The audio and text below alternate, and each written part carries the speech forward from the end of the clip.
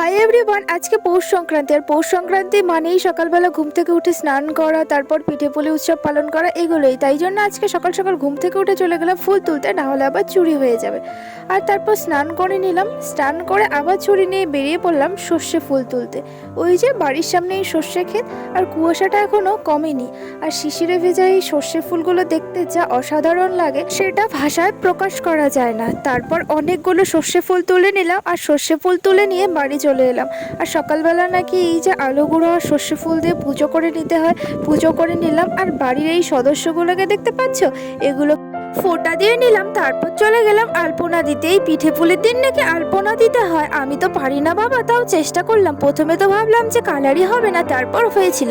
আর মা ওইদিকে পিঠে ভাজছিল, আমিও চলে গেলাম পিঠে ভাজতে। তারপর মাকে ওখান থেকে তুলে দিয়ে আমিই পিঠে ভেজে নিলাম, আর মা ওইদিকে পুজো করলো। আজকের ভিডিওটা এই পর্যন্ত।